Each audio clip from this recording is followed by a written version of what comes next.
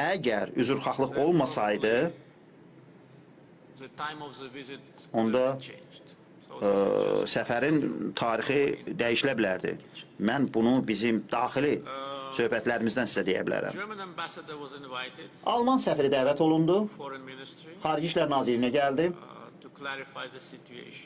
ki, vəziyyəti aydınlaşdırsın və o söylədi, əgər səhv etmirəmsə, ki, o dedi ki, bəli, onlar üzr istəməyəcəklər, elə deyilmi Hikmət? Bu digər bir təəccüb idi. Sonra mənim köməkçim Hikmət Hacıyev Prezident Steinmeier'in administrasiya rəhbəri ilə əlaqə saxladı. Və cavab nə oldu Hikmət? Mikrofonu yandırdı.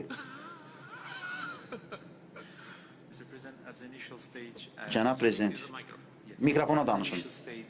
İlkin mərhələdə xanım sədr dedi ki, bu bilərəkdən deyil, bu texniki səhvdir və bu bizim aramızda qalsın, bu üzrxahlıqdır oldu. Amma mən sizdən başqa bir təlimat aldım ki, Azərbaycan təkid edir ki, bu rəsmən ictimaiyyət qarşısında üzrxahlıq verilsin. Və bundan sonra bunu etdi. Təşəkkür edirəm. Bax, bu məsələ belə həllini tapdır.